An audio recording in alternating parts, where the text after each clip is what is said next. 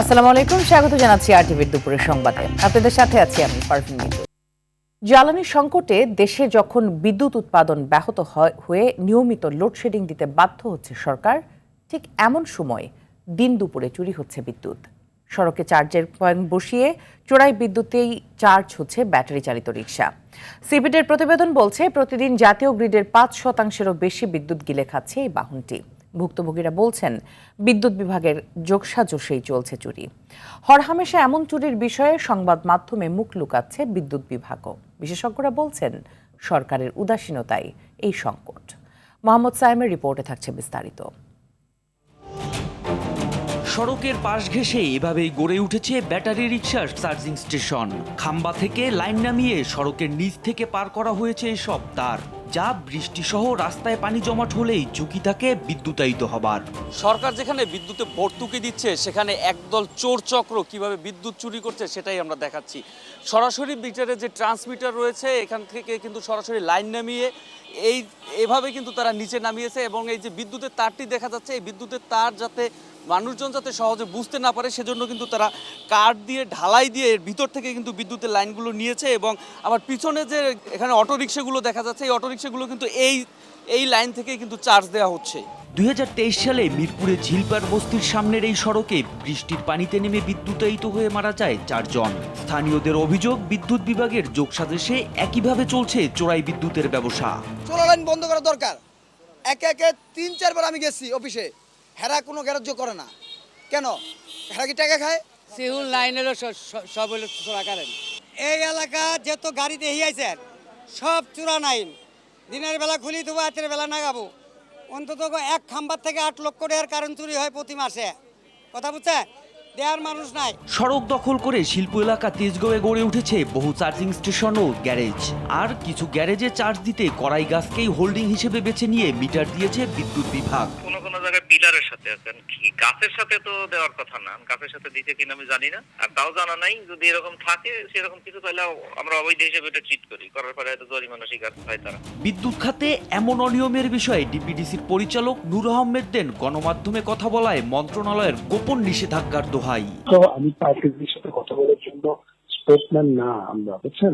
আপনারা তো ভুল জায়গায় করতেছেন। আমাদেরকে বলা আছে আমরা কথা বলতে পারবো না। তবে ট্রাফিক বিভাগ বলছে সড়কে চার্জ বা গ্যারেজ বানিয়ে রিকশা চার্জ করার কোনো সুযোগ নেই। আমি যেটা প্ল্যান নিচ্ছি এখন, আমি জ্বালানি তেলের জন্য একটু চুপচাপ ছিলাম, পিছিয়ে ছিলাম। যেখানে যে সমস্ত রাস্তা কেন্দ্রে যা দেখবেন সবগুলো পুলিশকে জানালে যে ঘটনা যেটা হবে, যে আমার ম্যাজিস্ট্রেট আছে, নিয়ে যে এখন শুরু করে দিব। কারো মুখের দিকে তাকানোর কোনো সময় নেই। সিপিডির প্রতিবেদন বলছে প্রতিদিন জাতীয় গ্রিডের 750 মেগাওয়াট বিদ্যুৎ গিলে খাচ্ছে এ বাহনটি। তবে চোরাই পথে এই সংখ্যা আরও বেশি। এমন বাস্তবতায় বিশেষজ্ঞরা তাগিদ দিচ্ছেন লাগামহীন এই বাহনটি নিয়ন্ত্রণে এনে চার্জিং সিস্টেমে পরিবর্তনের। মোহাম্মদ সায়েম, আরটিভি, ঢাকা। 2028 সালে দুর্নীতি বিরোধী আন্তর্জাতিক কনফারেন্স বাংলাদেশে আয়োজনের বিষয়ে প্রধানমন্ত্রী তারেক রহমান নীতিগত সম্মতি দিয়েছেন বলে জানিয়েছেন টিআইবির নির্বাহী পরিচালক ডক্টর ইফতেখারুজ্জামান। সকালে সচিবালয়ে প্রধানমন্ত্রী তারেক রহমানের সঙ্গে বৈঠক শেষে তিনি কথা বলেন সরকারের দুর্নীতি বিরোধী ইশতেহার বাস্তবায়নের অগ্রগতি ও করণীয় নিয়ে প্রধানমন্ত্রীর সঙ্গে বিস্তারিত আলোচনা হয়েছে। এ সময় দুর্নীতি দমনে আন্তর্জাতিক মানদণ্ড অনুসরণ, জবাবদিহিতা বৃদ্ধি এবং সুশাসন নিশ্চিত করতে সরকারকে বিভিন্ন পরামর্শ দিয়েছে সংস্থাটি। দুদকের দ্রুত পুনর্গঠনের প্রয়োজনীয়তার বিষয়েও প্রধানমন্ত্রীর দৃষ্টি আকর্ষণ করা হয়েছে বলেও জানান ডক্টর ইফতেখারুজ্জামান। আন্তর্জাতিক দুর্নীতি বিরোধী কনফারেন্স হয় প্রতি 2 বছর পর পর। টিআইবির পক্ষ থেকে আমরা মনে করেছি সরকারের বাংলাদেশের জন্য এটা একটা উপযুক্ত সময়। 2028-এর যে কনফারেন্সটি হবে সেটি বাংলাদেশে হোস্ট করা উচিত। এই প্রস্তাবটি নিয়ে আমি আজকে প্রধানমন্ত্রীর সাথে কথা বলেছি, তিনি এক বাক্যে আমার সাথে একমত হয়েছে। প্রধানমন্ত্রী তারেক রহমানের সঙ্গে সৌজন্য সাক্ষাৎ করেছেন বাংলাদেশ ওয়াকফ প্রশাসক শাফিজউদ্দিন আহমেদ। সকালে প্রধানমন্ত্রীর কার্যালয়ে সাক্ষাৎ অনুষ্ঠিত হয়। এ সময় প্রধানমন্ত্রীর কাছে ওয়াকফ প্রশাসনের বর্তমান কার্যক্রম এবং দেশের ওয়াকফ সম্পত্তি বাস্তবায়ন ব্যবস্থাপনার সার্বিক চিত্র তুলে ধরেন। প্রধানমন্ত্রী ওয়াকফ সম্পত্তির সঠিক রক্ষণাবেক্ষণ এবং এর আয় থেকে জনকল্যাণমূলক কাজের পরিধি আরও বাড়ানোর বিষয়ে গুরুত্বপূর্ণ দিক নির্দেশনা দেন। এ সময় ধর্মমন্ত্রী শাহ মোফাজ্জল হোসেন কায়কোবাদ, সংসদ সদস্য শামীম কায়সার লিঙ্কন এবং ধর্মসচিব মুন্সি আলাউদ্দিন আল আজাদ উপস্থিত ছিলেন।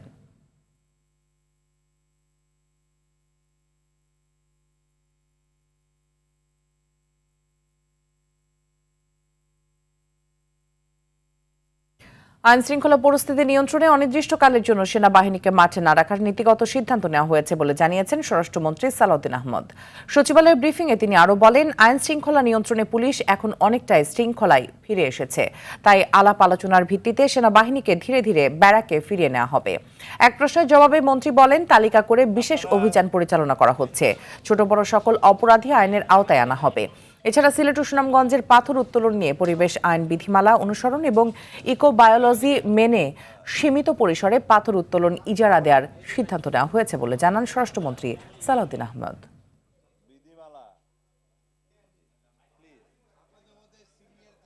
আমরা পুলিশ বাহিনীকে একটা সুশৃঙ্খল অবস্থায় ফেরত নিয়ে আসতে পেরেছি বলে আমাদের এখন বিশ্বাস জন্মেছে, জনমনেও বিশ্বাস জন্মেছে। তো সেই অবস্থায় আমরা পর্যায়ক্রমে মাঠ থেকে সেনাবাহিনীকে প্রত্যাহার করার জন্য উদ্যোগ নিচ্ছি। এই কথা সত্য, তবে সেটা আমরা কিভাবে করব সেটা পুলিশ এবং সেনাবাহিনী এবং অন্যান্য সংস্থাগুলো বসে তারা পর্যায়ক্রমে সেই ব্যবস্থাটা নেবে।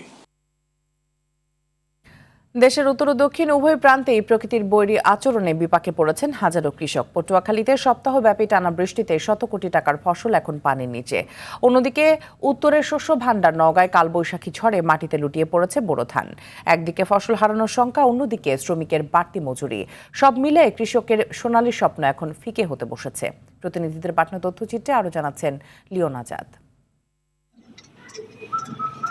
পটুয়াখালীর দিগন্তজোড়া মাঠ, যেখানে এখন থাকার কথা ছিল মুগ ডাল, চীনাবাদাম আর কাঁচামরিচের ঘ্রাণ, কিন্তু গত 7 দিনের টানা বৃষ্টি সেই স্বপ্নকে ডুবিয়ে দিয়েছে অথই জলে। জেলার 75% গ্রীষ্মকালীন ফসলে এখন আক্রান্ত। জেলা কৃষি সম্প্রসারণ অধিদপ্তরের তথ্য মতে প্রায় 65,000 হেক্টর জমির ফসল ক্ষতিগ্রস্ত হয়েছে, যার আর্থিক মূল্য শত কোটি টাকার উপরে। তো প্রায় 90%ই নাই, 10% অনেকে উত্তোলন করতে পারছে, আর 90% তো পানির কারণে কৃষি ফসল সব নষ্ট হয়ে গেছে। মুগ ডাল, প্লেন ডাল, তারপর এই যে মিষ্টি আলু, কোনোটাই নাই, সবই শেষ।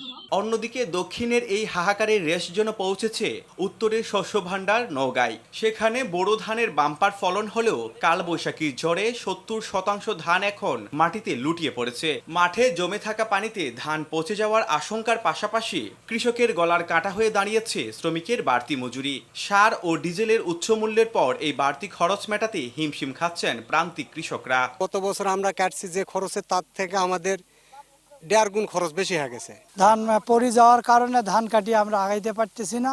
আমাদের মনে করেন যে কামাই রুজিও খুব কম হয়ে যাচ্ছে। পটুয়াখালীতে আগামী মৌসুমে প্রণোদনার আশ্বাস দেওয়া হচ্ছে, আর নওগাঁয় যান্ত্রিক পদ্ধতিতে ধান কাটার পরামর্শ দিচ্ছে কৃষি বিভাগ। কৃষকদের প্রণোদনার আওতায় এনে তাদেরকে বীজ এবং সারের সাহায্য দেওয়ার জন্য আমরা সরকারের কাছে, আমাদের বিভাগ থেকে আমরা মন্ত্রণালয়ের মাধ্যমে সরকারের কাছে অনুরোধ করব এবং ভবিষ্যতে তাদের সহযোগিতার জন্য কৃষি বিভাগ তাদের পাশে থাকবে। আমরা এই মুহূর্তে কৃষকদের পরামর্শ দিচ্ছি যে ক্ষেতের 80% ধান পাকলেই তারা কেটে ফেলবে।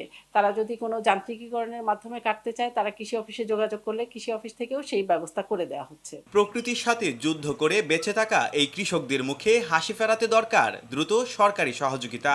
দেশের অর্থনীতির চাকা সচল রাখতে এই দুর্দিনে কৃষকের পাশে দাঁড়াবে সরকার, এমনটাই প্রত্যাশা সকলের। লিওন আজাদ, RTV। এদিকে রৌদ্রোজ্জ্বল আবহাওয়া বিরাজ করায় সুনামগঞ্জে কৃষকদের মাঝে স্বস্তি ফিরেছে। গত 4 দিন ধরে রোদ থাকায় ধান কাটা, মাড়াই ও শুকানোর চেষ্টা করেছেন কৃষকরা। এরই মধ্যে কিছুটা কমেছে সুরমা নদীর পানি, তবে শ্রমিক সংকটের কারণে এখনও অনেক হাওরে পাকা ধান কাটার বাকি আছে। জেলার পানি উন্নয়ন বোর্ডের নির্বাহী প্রকৌশলী মোহাম্মদ হাওলাদার জানান, সুনামগঞ্জে আগামী 3 দিন মাঝারি থেকে ভারী বৃষ্টির পূর্বাভাস রয়েছে, এতে বন্যা পরিস্থিতির আশঙ্কা রয়েছে। এদিকে এখন পর্যন্ত হাওরে 82 ভাগ ধান কাটা শেষ হয়েছে বলে জানায় কৃষি বিভাগ।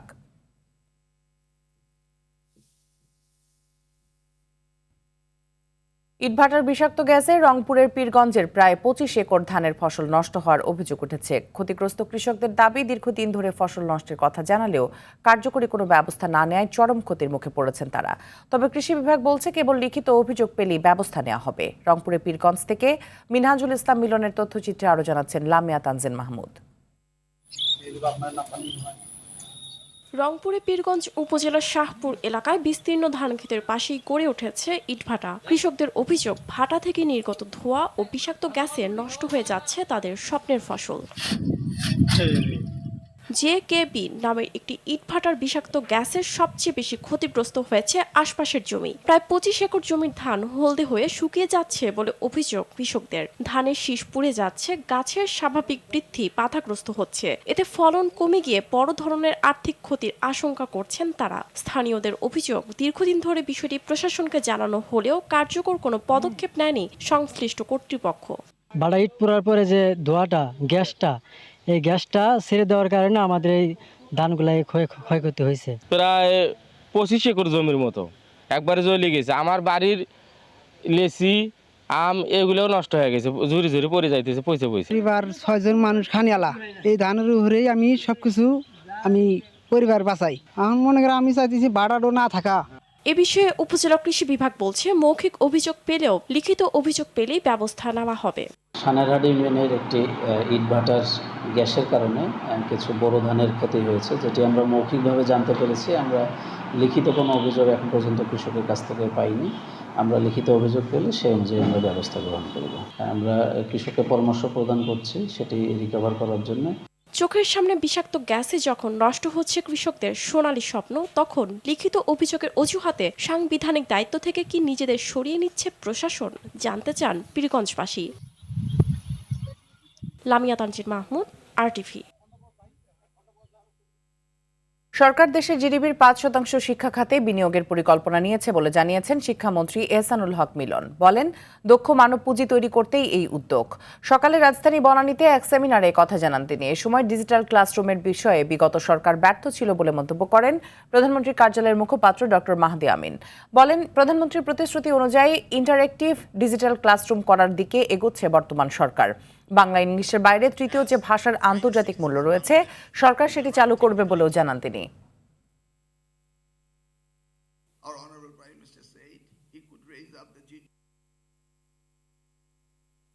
Our Honorable Prime Minister has that vision that we want to train our children. সমাজ ও রাষ্ট্রে শিক্ষকতা পেশার মর্যাদা ও সম্মান এমন পর্যায়ে নিয়ে যেতে হবে যাতে দেশের মেধাবী তরুণরা এই পেশাকে তাদের প্রথম পছন্দ হিসেবে বেছে নেয়।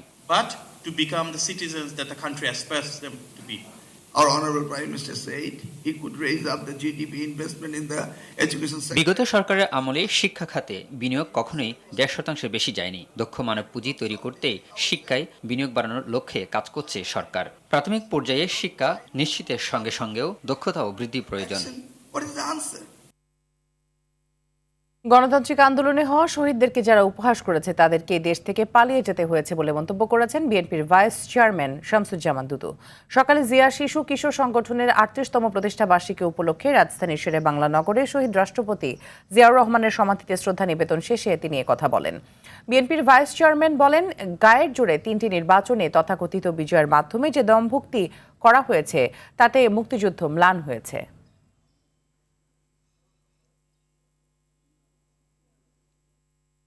এরশাদ বিরোধী আন্দোলনে ভূমিকা পালন করেছে এই সংগঠন।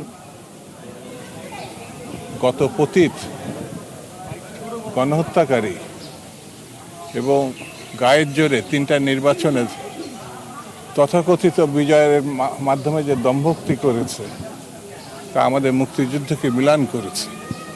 আমাদের গণতান্ত্রিক আন্দোলনে যারা শহীদ হয়েছে তাদেরকে উপহাস করেছে। দিন দিন হামের প্রাদুর্ভাব ভয়াবহ আকারে রূপ নিচ্ছে। ময়মনসিংহ মেডিকেল কলেজ হাসপাতালে হাম আক্রান্তে চিকিৎসাধীন অবস্থায় আরও এক শিশুর মৃত্যু হয়েছে। এ নিয়ে হাসপাতালটিতে মোট 27 শিশুর মৃত্যু হয়েছে। গত 2 মে ময়মনসিংহের ত্রিশাল উপজেলা থেকে 9 মাসের ছেলে শিশু হামের উপসর্গ নিয়ে হাসপাতালে ভর্তি হয়। শিশুটি গতকাল দুপুরে হাসপাতালে চিকিৎসাধীন অবস্থায় মারা যায়। হাসপাতাল কর্তৃপক্ষ জানায়, হাসপাতালের আইসোলেশন ওয়ার্ডে নতুন করে আরও 40 শিশু ভর্তি হয়েছে এবং হাসপাতালে আইসোলেশন ওয়ার্ডে এখন চিকিৎসাধীন রয়েছে 94 শিশু। 2013 সালে শাপলা চত্বর সহ হেফাজতে ইসলামের আন্দোলন ঘিরে আন্তর্জাতিক অপরাধ ট্রাইব্যুনাল এখন পর্যন্ত 58 জন নিহতের তথ্য পেলেও কয়েক হাজার মানুষ নিহতের দাবি করেছে দলটি। সকালে চিফ প্রসিকিউটর আমিনুল ইসলামের সঙ্গে হেফাজতে ইসলামের প্রতিনিধি দলের বৈঠক শেষে এই দাবি করেন দলটির যুগ্ম মহাসচিব ও মামলার বাদী আজিজুল হক। এই ঘটনায় তৎকালীন প্রধানমন্ত্রী শেখ হাসিনা ও মন্ত্রী পরিষদ সচিব সহ আইনশৃঙ্খলা বাহিনীর জড়িত সদস্য দৃষ্টান্তমূলক শাস্তি দাবি করেন তিনি। বলেন, এই হত্যাকাণ্ডের পর অনেক লাশ বেওয়ারিশ হিসেবে দাফন করা হয়। এসব তথ্য আরও তদন্ত করে নিহতের প্রকৃত সংখ্যা বের করার দাবিও জানান মানবতা বিরোধী অপরাধ মামলার এই বাদী। এবং ধর্মপ্রাণ তৌহিদি জনতার উপরে রাষ্ট্রযন্ত্র যেভাবে হত্যাযজ্ঞ চালিয়েছে, যেভাবে গণহত্যা চালিয়েছে, এটার গণহত্যাকারীদের দৃষ্টান্তমূলক শাস্তি যেন দেশবাসী দেখতে পায়, এদেশের আলেম ওলামা যেন দেখতে পায়। শাপলা চত্বরে হত্যাযজ্ঞের ঘটনা আড়াল করতে কিছু গণমাধ্যম মিথ্যা তথ্য দিয়ে উদ্দেশ্যমূলক রিপোর্ট প্রচার করেছিল বলে জানিয়েছে আন্তর্জাতিক অপরাধ ট্রাইব্যুনালের চিফ প্রসিকিউটর আমিনুল ইসলাম। দুপুরে সাংবাদিকদের এসব কথা বলেন তিনি। চিফ প্রসিকিউটর বলেন, এই বিষয়ে সাংবাদিক মোজাম্মেল বাবু ও ফারজানা রূপা সহ কয়েকজনকে জিজ্ঞাসাবাদ করা হবে। ফারজানা রূপা তার অনুষ্ঠানে বেনজির আহমেদ সহ বিভিন্ন আওয়ামী লীগ নেতার সাক্ষাৎকার নিয়ে প্রচার করে যে সেখানে কোনো হতাহতের ঘটনা দেখেনি। এটা কেবল সত্য আড়াল করাই নয়, সবকিছু পূর্ব পরিকল্পিত জানিয়ে তিনি আরও বলেন, অনেক শহীদদের নাম পেলেও পরিবারকে শনাক্ত করা যাচ্ছে না। তাদের পরিচয় জানতে হেফাজতে ইসলামের কাছে সহায়তা চাওয়া হয়েছে। পাশাপাশি গণমাধ্যম সহ বিভিন্ন মাধ্যমেও তথ্য সংগ্রহ করা হচ্ছে। 71 টেলিভিশনের ফারজানা রূপা তার সমীকরণ নামীয় একটা অনুসন্ধান রিপোর্ট তিনি প্রচার করেছেন। সেখানে আমরা তৎকালীন পররাষ্ট্রমন্ত্রী দীপমণির একটি ইন্টারভিউ আমরা পেয়েছি, সেখানে বিবিসির সাংবাদিকের একটা বক্তব্য আমরা পেয়েছি, আমরা আরেকজন সাংবাদিক পেয়েছি, তিনিও এই সম্পর্কে বলছে। মোজাম্মেল বাবুর সংশ্লিষ্টতা আমরা পাচ্ছি। বিশ্বকবি রবীন্দ্রনাথ ঠাকুরের 165তম জন্মোৎসবের প্রস্তুতি চলছে নওগাঁর পতিশরে। কাচারি বাড়িতে এবার বসছে জাতীয় পর্যায়ের মূল আয়োজন। সংস্কৃতি মন্ত্রণালয় ও জেলা প্রশাসনের উদ্যোগে দিনব্যাপী এই উৎসবে অংশ নেবেন দেশবরেণ্য কবি ও সাহিত্যিকরা। এই উৎসবে প্রধান অতিথি হিসেবে পল্লী উন্নয়ন ও সমবায় মন্ত্রী মির্জা ফখরুল ইসলাম আলমগীর উপস্থিত থাকার কথা রয়েছে। ইতোমধ্যে বর্ণিল সাজে সাজানো হয়েছে পুরো এলাকা। অনুষ্ঠান ঘিরে 3 স্তরের নিরাপত্তা ব্যবস্থা রাখার কথা জানান পুলিশ সুপার। 1891 সালে কবিগুরু প্রথম পতিশরে পা রেখেছিলেন। এখানে বসেই তিনি লিখেছিলেন অসংখ্য অমর সৃষ্টি। সাহিত্য রচনা এবং জমিদারি পরিচালনার মধ্যে সীমাবদ্ধ ছিলেন না, বরং এর বাইরে এসে গ্রাম উন্নয়ন এবং সমাজ নিয়ে কাজ করেছেন। বিগত দিনের চাইতে এবারের আয়োজনটা অনেক সমৃদ্ধ হবে বলে আশা করছি। ইতিমধ্যে আমরা সমস্ত অংশগুলো আমরা পরিদর্শন করেছি এবং সেখানে পর্যাপ্ত নিরাপত্তা ব্যবস্থা গ্রহণ করা হবে। আমি মনে করি স্মরণকালের বৃহত্তম একটা সমাবেশ হতে যাচ্ছে এবং সেখানে আমাদের জাতীয় নেতৃবৃন্দ এখানে উপস্থিত থাকবেন। স্বল্প ব্যবহৃত ইকোনমিক জোন ইপিজেড, বিসিক এলাকা, হাইটেক পার্ক ও ইন্ডাস্ট্রি ক্লাস্টারগুলোতে নতুন প্রাণ ফেরাতে উদ্যোগ নিয়েছে সরকার। এসব এলাকার পূর্ণাঙ্গ তালিকা প্রস্তুত করে সম্ভাবনাময় খাত চিহ্নিত করা হচ্ছে। প্রতিটি অঞ্চলের সঙ্গে স্থানীয় বিশ্ববিদ্যালয়, গবেষণা প্রতিষ্ঠানের সমন্বয়ে একটি শক্তিশালী ইকোসিস্টেম গড়ে তোলা হবে। এতে শিল্প ও একাডেমির মধ্যে সংযোগ বাড়বে এবং উদ্ভাবনী ব্যবসা দ্রুত বিকশিত হবে। এই উদ্যোগের মাধ্যমে অব্যবহৃত অবকাঠামোর সর্বোচ্চ ব্যবহার নিশ্চিতের পাশাপাশি নতুন বিনিয়োগ আকর্ষণ ও কর্মসংস্থান সৃষ্টির আশা করছেন সংশ্লিষ্টরা।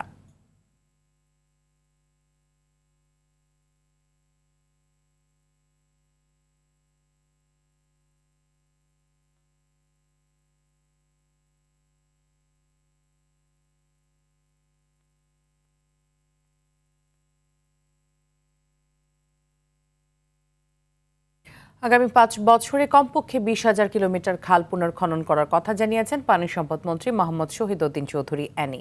দুপুরে চাঁদপুর সদর উপজেলার ঘোষেরহাট এলাকায় প্রধানমন্ত্রী কর্তৃক উদ্বোধনযোগ্য খাল পরিদর্শন শেষে সাংবাদিকদের প্রশ্নের জবাবে তিনি এসব কথা বলেন। এ সময় তিনি আরও বলেন, নির্বাচন হয়েছে 2 থেকে 2.5 মাস হলো। এর মধ্যেই তারেক রহমানের নেতৃত্বে বাংলাদেশে জাগরণ সৃষ্টি হয়েছে। চাঁদপুর 3 আসনের সংসদ সদস্য শেখ ফরিদ আহমেদ মানিক, বিএনপির কেন্দ্রীয় নেতা লায়ন হারুন আর রশিদ সহ প্রশাসনের কর্মকর্তারা এ সময় উপস্থিত ছিলেন।